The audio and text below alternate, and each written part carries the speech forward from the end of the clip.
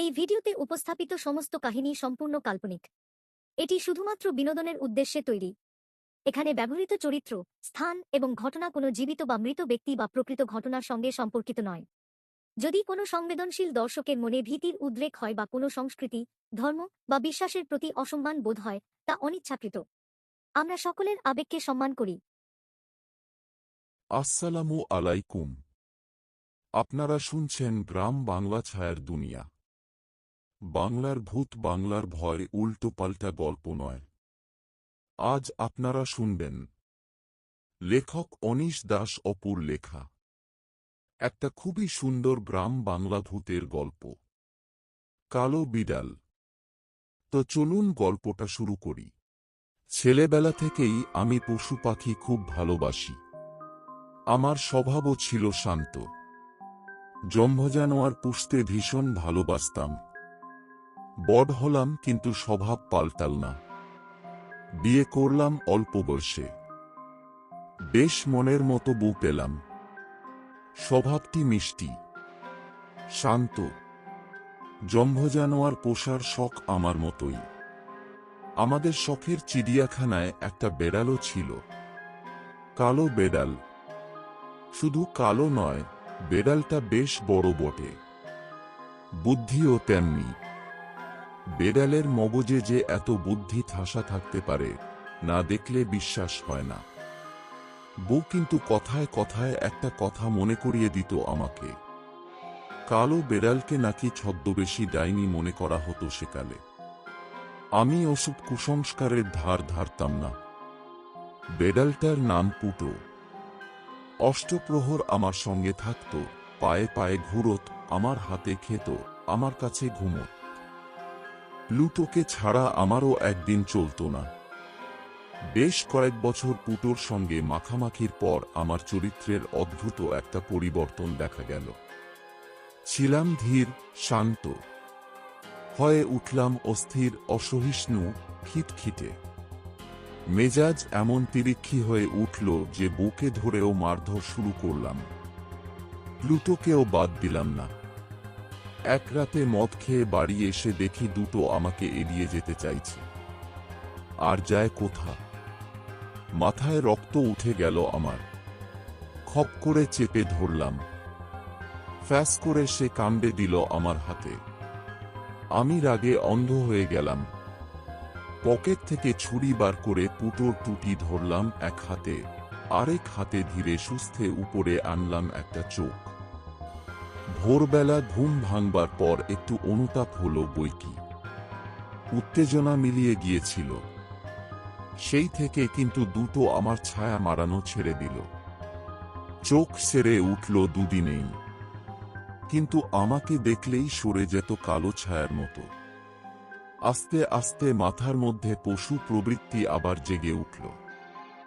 যে বেড়াল আমাকে এত ভালোবাসত, হঠাৎ আমার ওপর তার এত ঘৃণা আমার মনের মধ্যে শয়তানি প্রবৃত্তিকে খুঁচিয়ে তুলতে লাগল। সে কিন্তু কোনো দিন ক্ষতি করেনি আমার। তা সত্ত্বেও ওকে নিষ্ঠুরভাবে হত্যা করার জন্য হাত নিষ্পিস করতে লাগলো আমার। একদিন সত্যি সত্যি ফাঁসি দিলাম প্লুটোকে। বাগানের গাছে লটকে দিলাম দড়ির ফাঁসে। ও মারা গেল। আমিও কেঁদে ফেললাম। মন বলল, এর শাস্তি আমাকে পেতেই হবে। সেই রাতেই আগুন লাগল বাড়িতে। রহস্যময় আগুন। জ্বলন্ত মশারি থেকে বুকে নিয়ে বেরিয়ে এসে দেখলাম পুড়ছে সারা বাড়ি। দেখতে দেখতে পুড়ে ছাই হয়ে গেল গোটা বাড়ি। খাড়া রইল শুধু একতলার একটা দেয়াল। পাড়ার সবাই অবাক হয়ে গেল সাদা দেয়ালের ওপর একটা কালো ছাপ দেখে, ঠিক যেন একটা কালো বেড়াল। গলায় দড়ির ফাঁস। এক রাতেই ফকির হয়ে গেলাম আমি। কালো বেড়ালের স্মৃতি ভোলার জন্য আবার একটা বেড়ালের খোঁজে ঘুরতে লাগলাম সমাজের নিচুতলায়। একদিন একটা মদের আড্ডায় দেখতে পেলাম এমনি একটা বেড়াল বসেছিল পিপের ওপর, অথচ একটু আগেও জায়গাটা শূন্য ছিল। অবিকল প্লটোর মতোই বড়, মিশমিশে কালো। শুধু বুক ছাড়া সেখানটা ধবধবে সাদা। বেড়ালটার মালিকের সন্ধান পেলাম না, তবে আমি গায়ে হাত দিতেই যেন আদরে বলে গেল সে। বাড়ি নিয়ে আসার পরের দিন সকালবেলা লক্ষ্য করলাম একটা চোখ নেই। সেই কারণেই আরো বেশি করে আমার বউ ভালোবেসে ফেলল নতুন বেড়ালকে।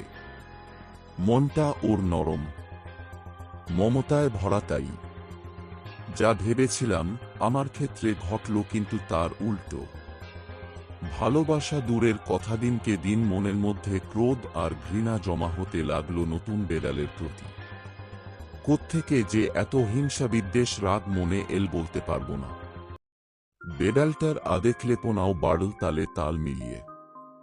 যতই মাথায় খুন চাপতে লাগলো আমার ওর প্রতি, ততই আমার গায়ে মাথায় কোলে চাপার বহর বেড়ে গেল হতভাগার।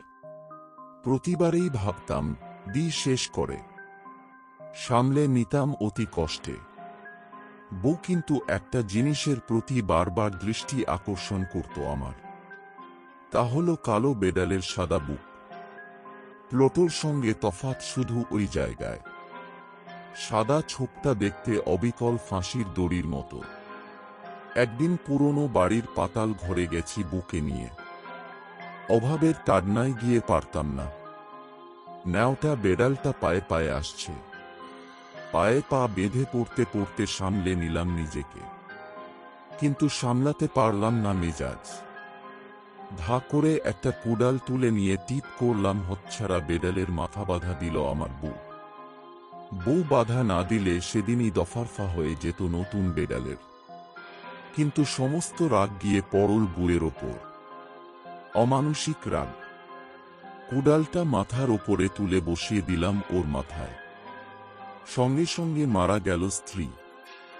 সমস্যা হলো লাশটা নিয়ে।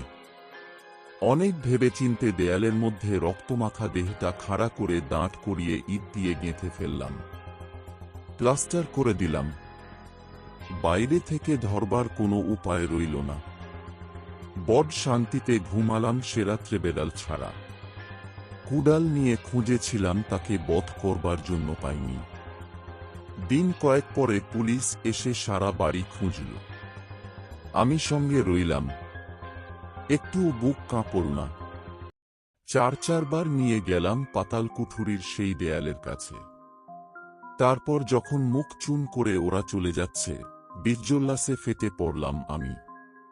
হাতের পাটি দিয়ে খটাস করে মারলাম দেয়ালের ঠিক সেইখানে যেখানে নিজের হাতে কবর দিয়েছি বুকে। আচমকা একটা বিকট কান্নার আওয়াজ ভেসে এল ভেতর থেকে। সারা বাড়ি গমগম করতে লাগল সেই আওয়াজে। দেখলাম আমার মরা বউয়ের মাথার ওপর বসে রয়েছে সেই কালো বেড়ালটার বুকের কাছটা সাদা।